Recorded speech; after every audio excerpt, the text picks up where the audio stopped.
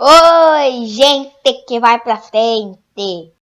Hoje vamos falar sobre piratas. Existem um montão de piratas nas fábulas e histórias infantis.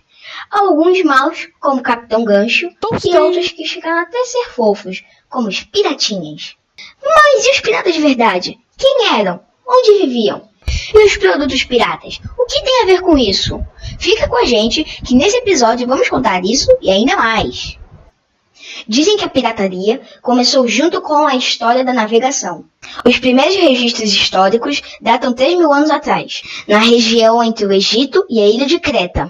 Desta época, o relato mais importante que se tem é da captura de Júlio César por piratas da Cilícia, onde hoje é a Turquia. Na Idade Média, os vikings dominaram a pirataria nos mares do norte, ficando com a fama de serem os piratas mais terríveis de todos os tempos.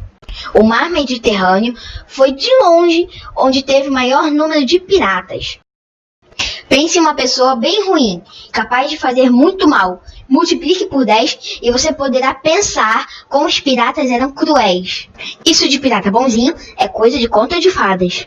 Entre os séculos XV e XIX, na região do Mar do Caribe, ocorreu a chamada Era de Ouro da Pirataria. O objetivo é conseguir capturar os navios com carregamentos, ou seja, com os produtos que eram levados da América à Europa. Estamos falando da época do descobrimento do Brasil e exploração de novas terras, quando Portugal e Espanha diziam que só eles podiam explorar a América. Outros países, como Inglaterra, França e Holanda, eram os países que mais queriam um pedacinho da América e seus valiosos produtos, como ouro, cana-de-açúcar, tabaco, escravos, cacau, etc. Esses países resolveram então começar a patrocinar, para que pudessem ter lucro com os roubos dos carregamentos dos navios espanhóis e portugueses em sua volta à Europa. E começaram a entregar a piratas e capitães de suas marinhas cartas de curso, uma autorização que o governo do país dava para suas embarcações atacarem as embarcações de outros países. Esses que agiam para os governos eram chamados de corsários e ficavam com parte do lucro da expedição. Já os bucaneiros eram os piratas nascidos na América, mais especificamente na região do Caribe.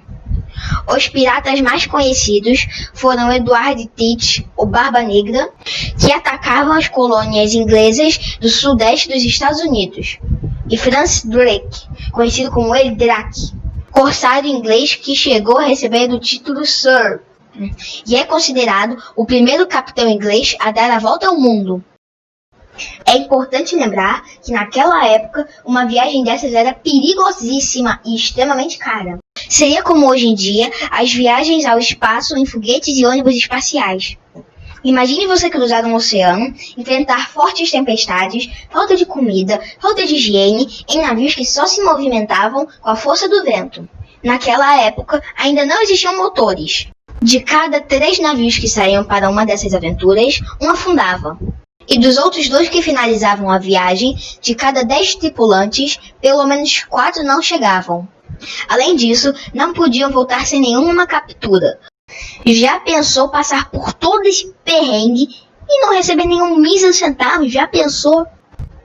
As cartas de curso foram proibidas e a pirataria condenada, em 1815. Ah, então a pirataria é coisa do passado? Só que não! Acreditem se quiser.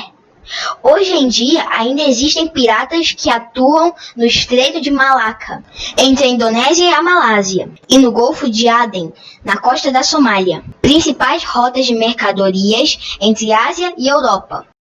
Mas Coalinha, por que quando compramos produtos falsificados chamamos de pirata?